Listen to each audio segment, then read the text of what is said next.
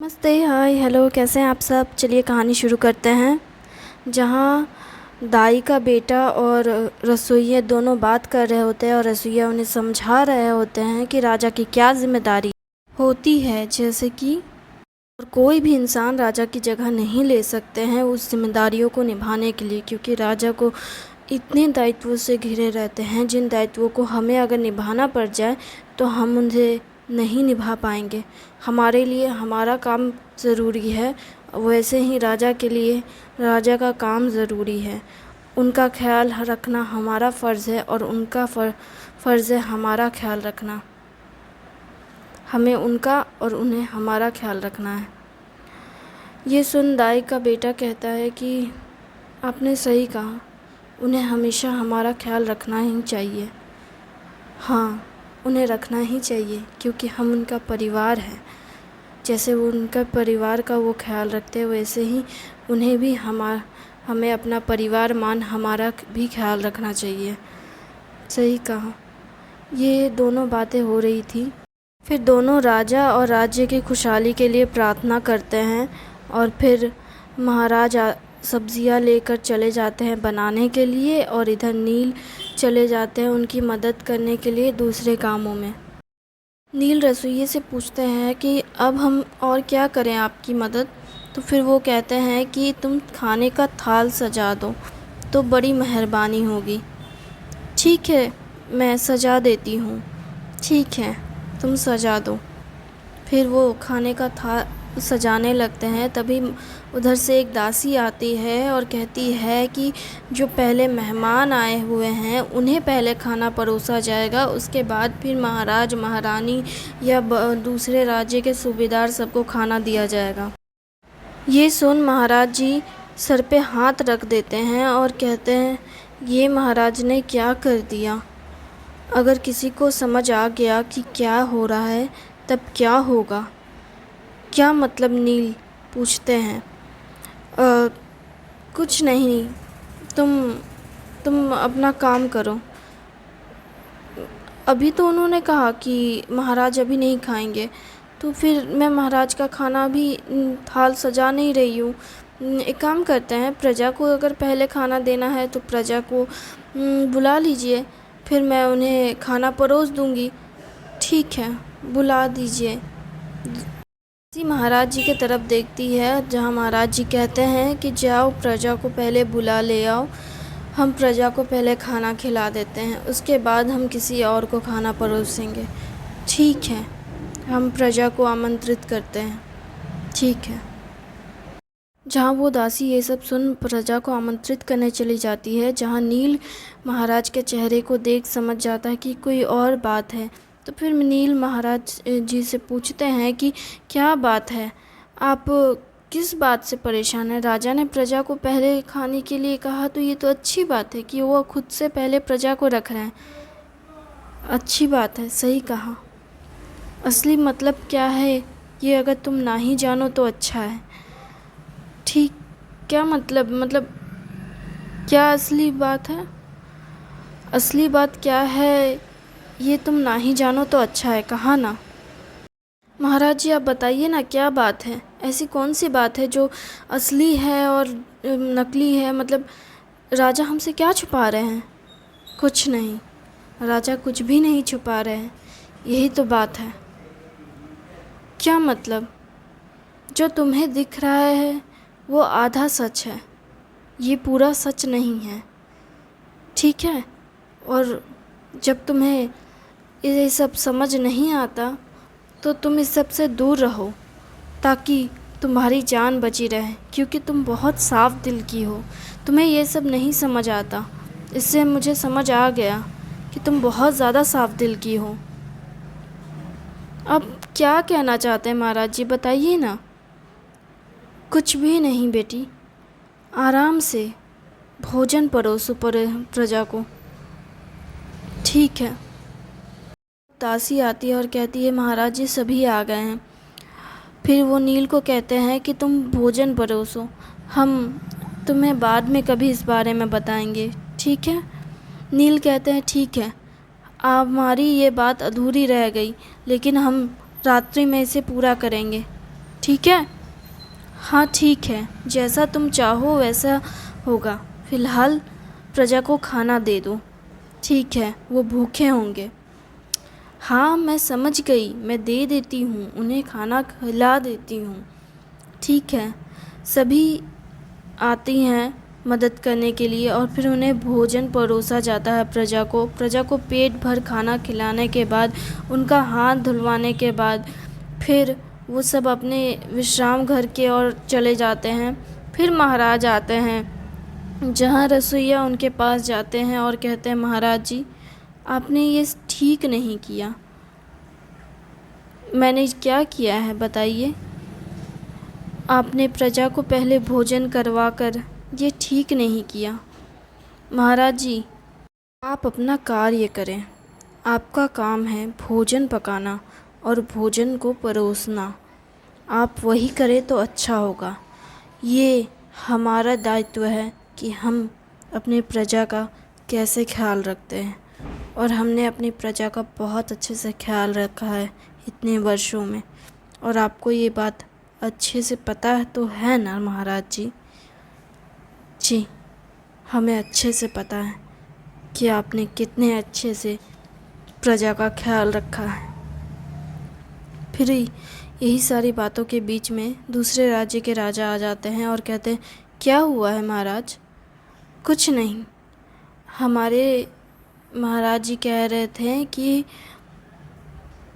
वो कब से इंतज़ार कर रहे हैं हमारे भोजन करवाने के लिए हम सबका, लेकिन हमने उन्हें बहुत प्रतीक्षा करवाई।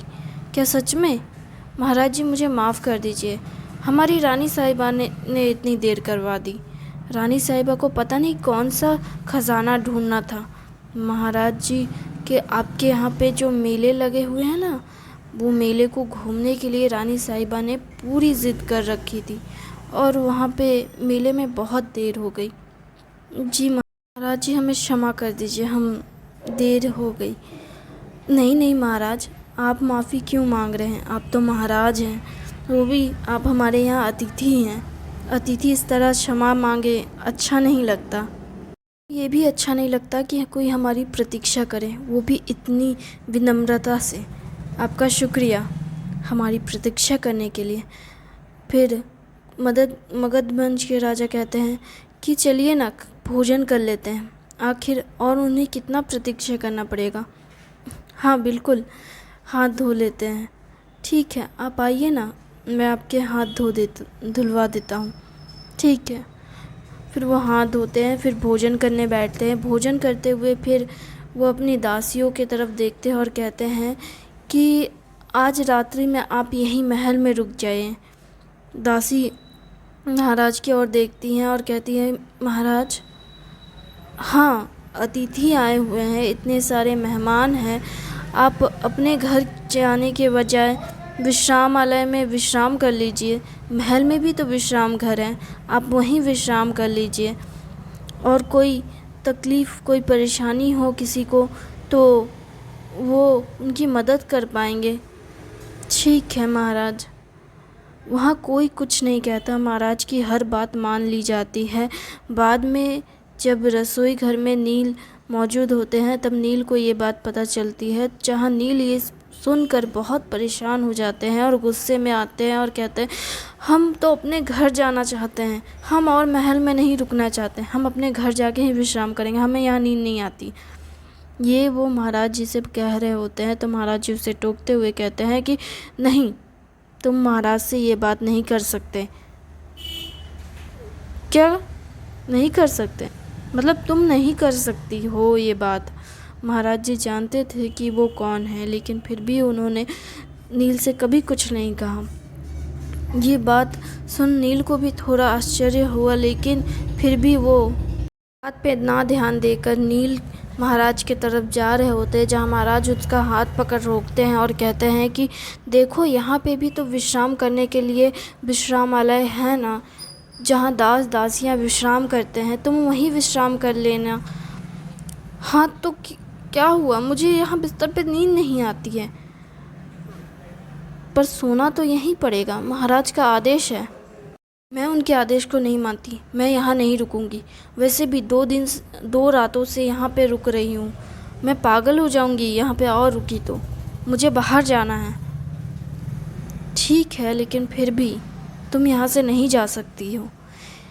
उसकी गुस्से भरी बातें मालती सुन रही होती है, लेकिन मालती बिना कुछ कहे वहाँ से बस सुनकर चली जाती है। नील को वो शांत कर महाराज जी भोजन करवाते हैं और कहते हैं, तुम चाहो तो यहाँ रसोई घर में विश्राम कर सकती हो, यहाँ कोई नहीं आता। ठीक है। ये सुन नील थोड़ा हैरान होते हैं, लेकिन फिर वो कहते हैं, शायद रसोइये मुझे अपनी बेटी की तरह मानते हैं, इसलिए शायद ऐसा कह रहे हैं। फिर वो कहते हैं ठीक है। फिर वो रसोई घर में ही खाना खाने के बाद, बर्तन सारे धोने के बाद, सभी की मदद करने के बाद वो विश्राम करने के लिए रसोई घर में चले जाते हैं, जैसे रसोइये ने कहा था। फिर वो रसोई घर में जब विश्राम कर रहे होते हैं, उसी वक्त मालती फिर विश्राम घर पहले जाती है। वहाँ देखती है नील को ढूंढ रही होती है, जहाँ सबको देख रही होती है कि सभी विश्राम कर रही हैं, लेकिन नील वहाँ मौजूद नहीं है। नहीं, पुरुषों के विश्रामालय में तो नहीं है ना। फिर वो कहती है, वो तो अभी लड़की बनी हुई है, अभी तो वो वहाँ नहीं जाएंगी। कहाँ है तब? वो फिर एक बार सोच जाने लगती हैं। फिर उनके दिमाग में एक ख्याल आता है कि क्यों ना वो रसोई घर की तरफ एक बार जा कर आएँ। फिर रसोई घर की तरफ वो जाती हैं तो देखती है कि हाँ, कोई वहाँ सोए हुए हैं। फिर वो करीब जाती है और देखती है कि नील सो रहे हैं।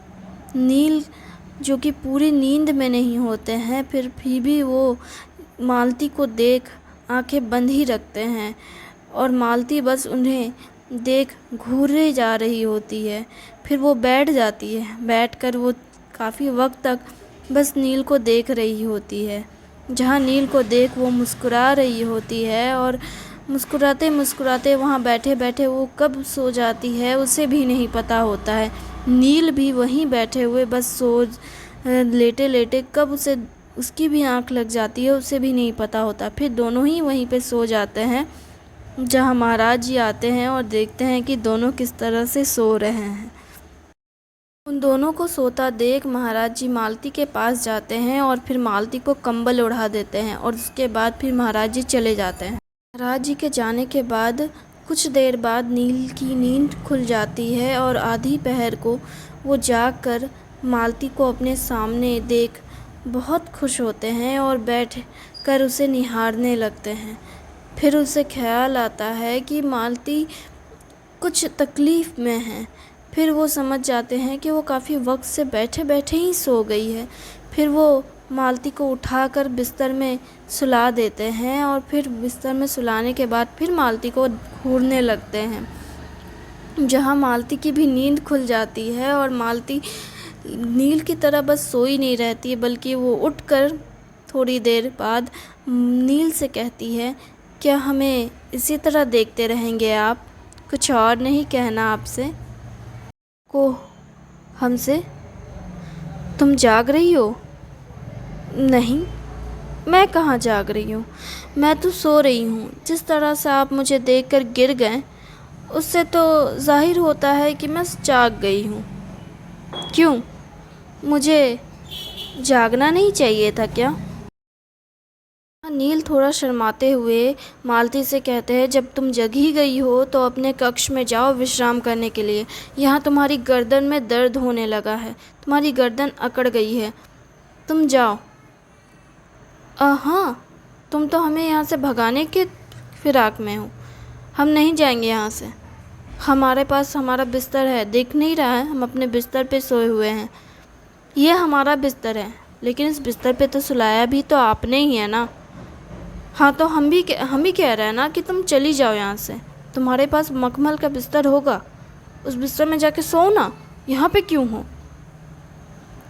हम तो यहीं रहेंगे, यही हमारा बिस्तर है, यही हमारा घर है, हम यहाँ से कहीं नहीं जाएंगे। ये हमारा घर नहीं है जो तुम इस घर को अपना घर बना रही हो। मतलब हम आपके घर को अपना घर बना सकते हैं? नहीं, हमारे कहने का मतलब ये नहीं था। तुम अपनी बातों में मुझे उलझा क्यों लेती हो? क्योंकि आप उलझे हुए नहीं हैं ना, आप कुछ ज़्यादा ही सुलझे हुए हैं, इसलिए आपको उलझाना आसान होता है। हमने कहा ना, आप हमें इस तरह से अपनी बातों में नहीं फंसा सकते। हम कहाँ फंसा रहे हैं, आप तो खुद ही फंस रहे हैं। हमने तो कुछ भी नहीं कहा आपसे, आप तो खुद ही सब कुछ कह रहे हैं। हमने तो बस कहा कि हम तो यहीं रहेंगे। हमने कहा ना, आप यहाँ से चली जाएं, वरना हम आपको उठा करके ले जाएंगे। सच में आप हमें उठाएंगे? उठाइए ना। तुम बहुत बुरी हो और आप बहुत प्यारे हैं। तुम्हारे दिमाग में चल क्या रहा है, बता सकती हो? हमारे दिमाग में तो सिर्फ आप ही चल रहे हैं, आपके अलावा कोई और चल ही नहीं सकते। हम क्या कोई रेस मतलब हम क्या भागने वाले इंसान हैं? नहीं, पर आप हमारे ख़यालों में ज़िंदा हैं। क्या करें, हम चाह कर के भी आपको अपने ख़यालों से नहीं निकाल पा रहे। हम बस आपके बारे में ही सोचते रहते हैं। जब से आपसे मिले हैं, बस आपका ही ख्याल आता है। आप भूलिए नहीं कि हम एक स्त्री हैं, और एक स्त्री को एक स्त्री से ऐसी बातें नहीं करनी चाहिए। आपको क्या पता कि एक स्त्री एक दूसरे स्त्री से किस तरह की बातें करती हैं? आपको तो पता भी नहीं, स्त्रियां एक दूसरे से क्या क्या नहीं कह देती हैं। आप तो कुछ भी नहीं जानती स्त्रियों के बारे में। हम आपको बताएं, स्त्रियां अपने आप में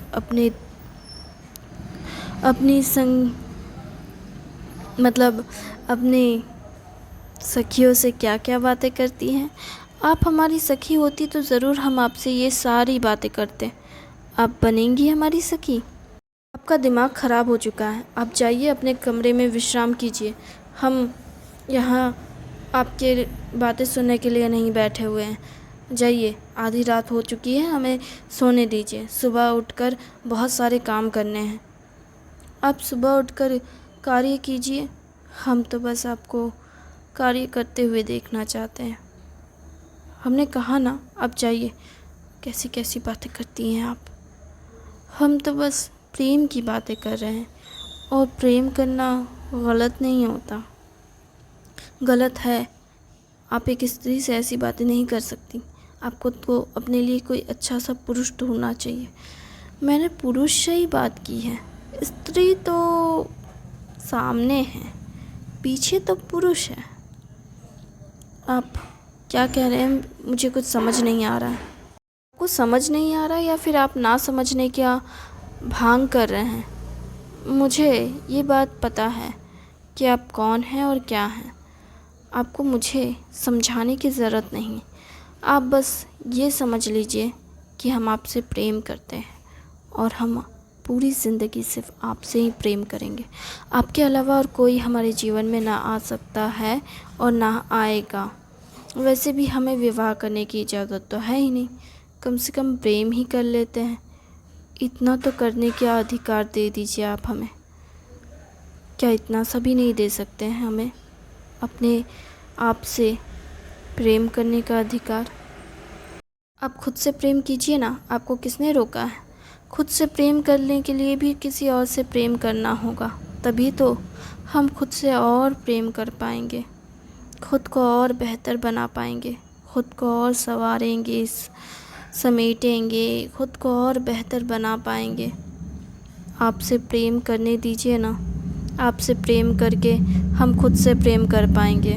ठीक है, आपको जो करना है कीजिए, हमें बस विश्राम करने दीजिए। मेहरबानी करके यहाँ से चले जाइए, वरना किसी ने अगर हमें इस तरह से देख लिया तो वो क्या सोचेंगे हमारे बारे में? क्या सोचेंगे? दो दासियाँ एक साथ सो रही हैं। आप भूल गए हैं क्या कि आप यहाँ पे एक स्त्री बनकर हैं, पुरुष नहीं। और अगर आप पुरुष बनना चाहें तो बन सकते हैं। पूरी दुनिया को पता चल जाएगा कि हम एक पुरुष के साथ विश्राम कर रहे थे। आप बहुत ज़्यादा बोल रही हैं, ऐसा कुछ नहीं हो सकता। आप जाइए। हम तो बस यहाँ प्रतीक्षा कर रहे थे आपकी नींद खुलने का, ताकि हम आपको कहीं और ले जा सकें, ताकि आप अपने घर जाकर वहाँ पर आराम से विश्राम कर सकें। घर नहीं तो कहीं और सही, लेकिन आपको विश्राम करने। शुक्रिया इस कहानी को सुनने के लिए। उम्मीद है आपको ये कहानी पसंद आ रही होगी। मैं कोशिश करूँगी कि आपको ये कहानी और अच्छी लगने लगे। Thank you.